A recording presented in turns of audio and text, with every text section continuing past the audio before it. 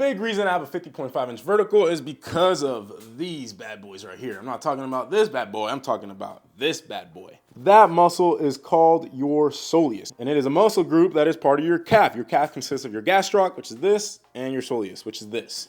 And these muscles are extremely important for jumping. Calf helps you extend the ankle, which is when your foot goes from this to this.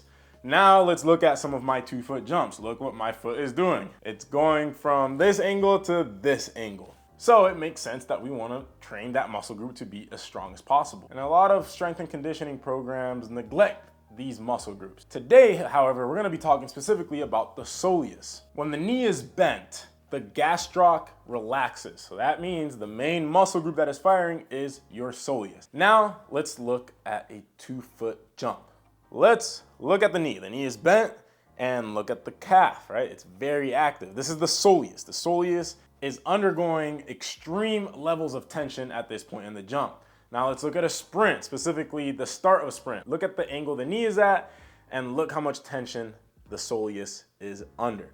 And that is why we want to train the calves in a bent knee position, because we want to target the soleus. By the way, if you want to stop trying to puzzle all this stuff together and have me do it for you so that you can jump higher, go to THPstrength.com, where me and my team will coach you personally to jump higher. And if you are broke, that's okay, because you can try it out for free. Click the link in the description, put your email in there, and you'll get a free week of jump training. Having said that, the guidelines for training your soleus are pretty simple. They follow any strength and conditioning timeline. You want to train them 2 to 3 times per week, train them with a lot of volume early in the year or early in a training cycle, and then train them with more intensity and less volume later in the year or later in the cycle. Typically, I like to start in the 8 to 10 rep range, and the heaviest I'll usually go on calf raises is about the 4 rep range.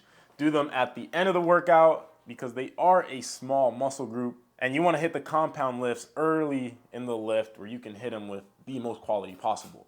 The calves, you can be extremely fatigued and you'll still be able to hit them with pretty high intent, and as a result, pretty high quality. You want to make sure you're doing the seated calf raises with a big range of motion. This is another benefit of doing seated calf raises, is they actually help you with your ankle mobility. Look how much range of motion I get out of my ankle during mid-support, the penultimate step.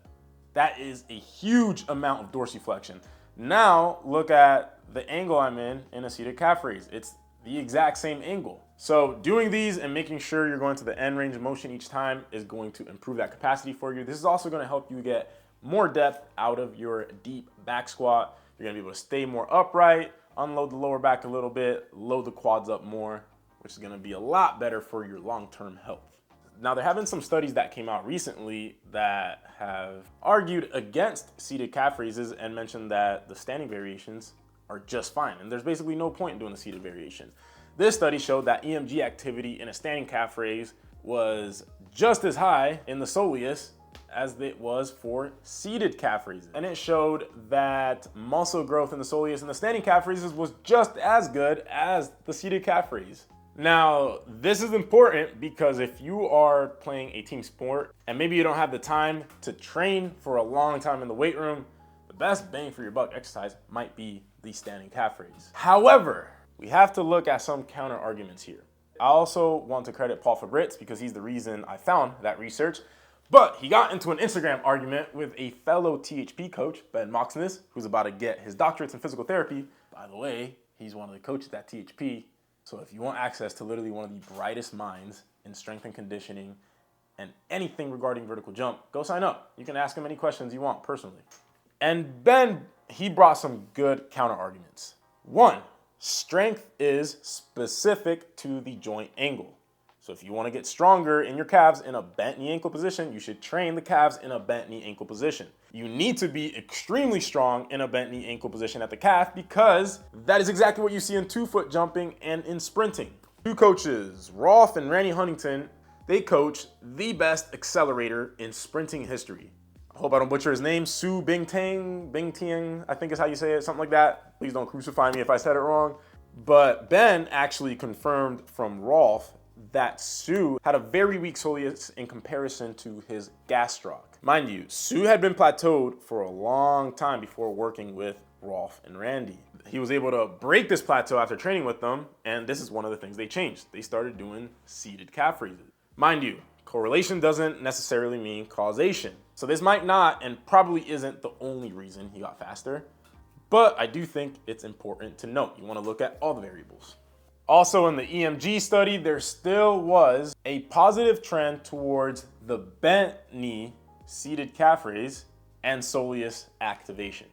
What that means is that for some people, there was more EMG activity in the soleus by doing seated calf raises. And even if your soleus doesn't grow as much as when you do it in a standing calf raise, there is still a benefit of doing seated calf raises because it allows you to increase force output in that muscle. Two other things to note, the 12-week hypertrophy study was done on untrained lifters, and the EMG study did show higher EMG activity in the soleus in some cases.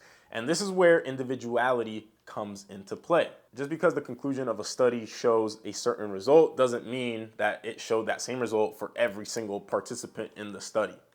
Which brings me to a very important point, and it is a philosophy at THP that we don't want to leave any stones unturned. You want to check the check boxes. If you have time, do both variations because there is some benefit to doing both variations of the calf raise. And then another side point is that the seated calf raise is actually really good for injury rehab for certain injuries. Good example is chondromalacia, which is a wearing down of the cartilage due to patellar tracking, which is basically how your patella sits in the trochlear groove. Also, the gastroc fatigues way more quickly than the soleus, which means that in a standing calf raise, the limiter might be the gastroc.